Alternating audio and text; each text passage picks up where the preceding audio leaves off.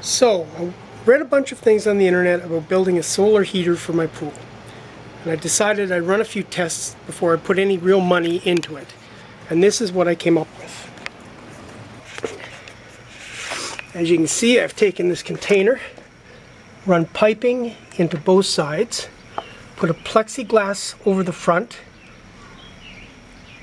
The other pump goes, or the other end of this line goes down into the pump, which I'll fill full of water here. And then I'll have my return line here. So basically what I'm going to do now is I'm just going to set this up and let it run while this operates in the sun. It's covered in plexiglass and it's fairly well sealed, not very well insulated, but this is just a trial. I have 15 foot of black neoprene hose to simulate what would be garden hose in a larger model.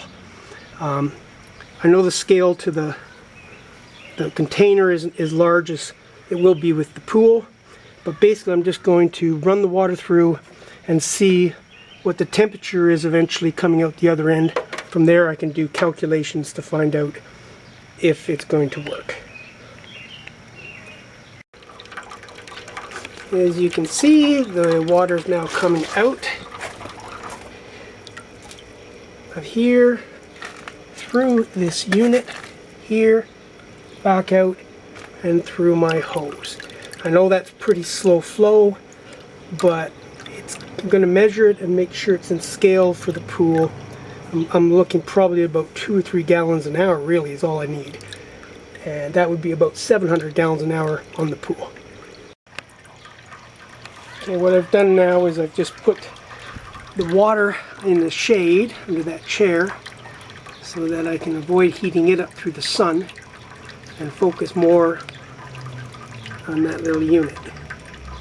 And it's been running for about 4 or 5 minutes, so I'm going to take the temperature of the water going in and the water coming out. So, measuring the water, the actual temperature of the water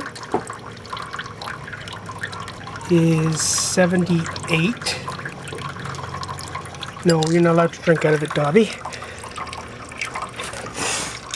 And the temperature of the water coming out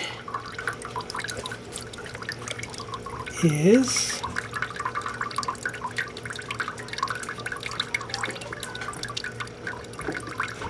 80.6.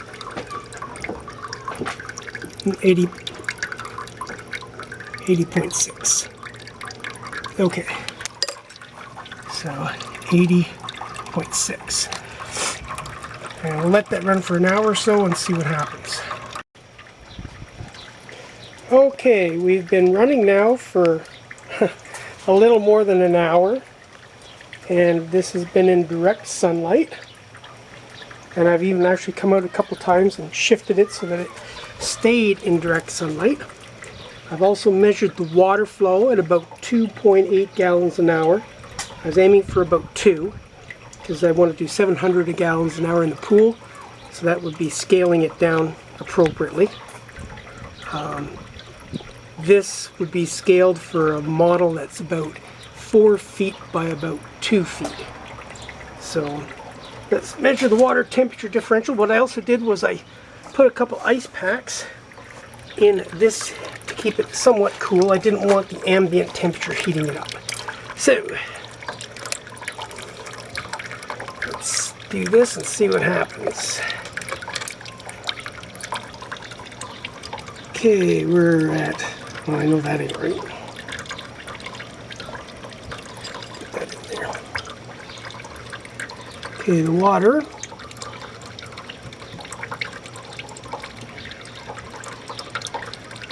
Looks like it's going to be around 73, and that's about where the pool is, 72, 73. So that would be the water going into the unit. So 73.7 seems to be where it wants to tail out. So now let's see what the water coming out is.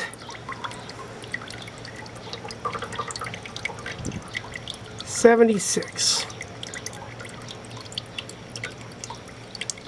76.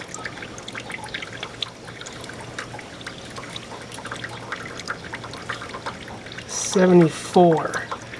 So we're getting about 2 degrees. Maybe about 2.2 degrees differential. Back to that. So it doesn't seem like waiting any longer made any difference.